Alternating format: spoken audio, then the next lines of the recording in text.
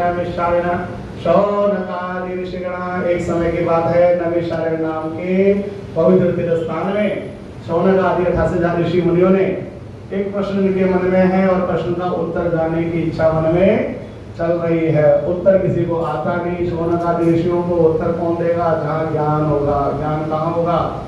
जहाँ गुरु जी होंगे। उत्तर कौन देगा? गुरु जी। और गुरु जी आए नहीं। सूत जी महाराज गुरु जी हैं, उम्र में कम है, आयु में, लेकिन ज्ञान में बहुत ऊपर है। जाति ना पूछो साधु की, पूछ लीजिए ज्ञान। जातु की जो है जाति नहीं होती, किस जाति का है ना उसकी कोई उम्र होती है। केवल ज्ञान के कारण उसके चरण छुए जाते हैं, उसका सम्मान किया जाता है। बोले नारायण भगवान की जय। सूत जी महाराज की प्रतीक्षा हुई और लिखा गया जैसे ही सूत जी महाराज वहां पर आए, शौनक आदि 88 ऋषि मुनियों ने नैमिषारण्य नाम के तीर्थ स्थान में सभी ने दंडवत प्रणाम। गुरु जी को लंबा लेट कर, पुराने जमाने में दंडवत प्रणाम किया जाता था। दंडवत आजकल दूसरी हो जाता है, राम राम कहीं तो वो भी बोलते नहीं, लेकिन दंडवत प्रणाम किया गया। दंडवत लंबा लेट। अच्छा लेटते क्यों है? ये लेटने का तात्पर्य क्या है? पूरा शरीर आपने जमीन में लचका दिया। लेटना माने आत्मसमर्पण। प्रभु पूरा शरीर मैंने जो है, पूरा जीवन मैंने आपके चरणों में अर्पित कर दिया। सरेंडर, समर्पण। हम अज्ञानी हैं और ज्ञान आपके पास है, कृपया ज्ञान से बताएं, प्रश्न का उत्तर दे। सूत जी महाराज के लिए पहले से आसन बिछाया गया था। कौन सा आसन? वट वृक्ष के नीचे चबूतरे पर कुशा का आसन वहां पर लगा हुआ था। कौन सा आसन? कुशा का आसन। कुछ आसन बड़े पवित्र हैं, जप करने के लिए, तप करने के लिए या पूजा करने में कुशा भी उनमें से एक गिनी जाती है। कुशा का आसन देखा आप सब लोगों ने? कुशा का आसन। कुशा के आसन में जो है सूत जी महाराज के लिए पहले से बनाया हुआ था और सूत जी महाराज वो आसन पर बैठे।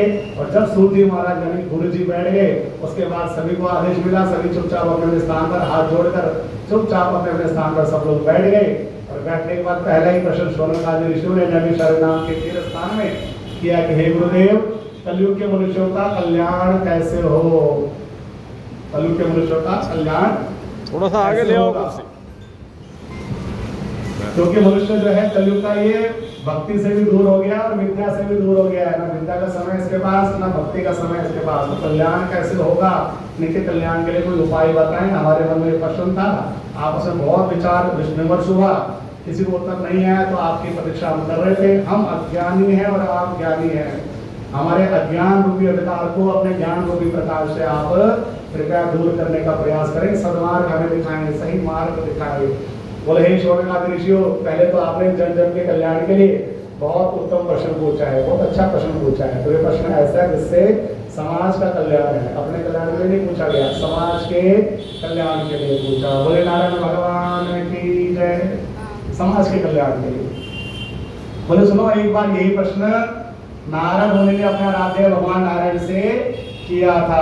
बोले कैसे? बोले एक बार नारद मुनि अनेक लोगों में घूम रहे थे और घूमते घूमते अंत में मन में इच्छा हुई कि एक बार अपने पिताजी कौन है इनके? ब्रह्मा जी।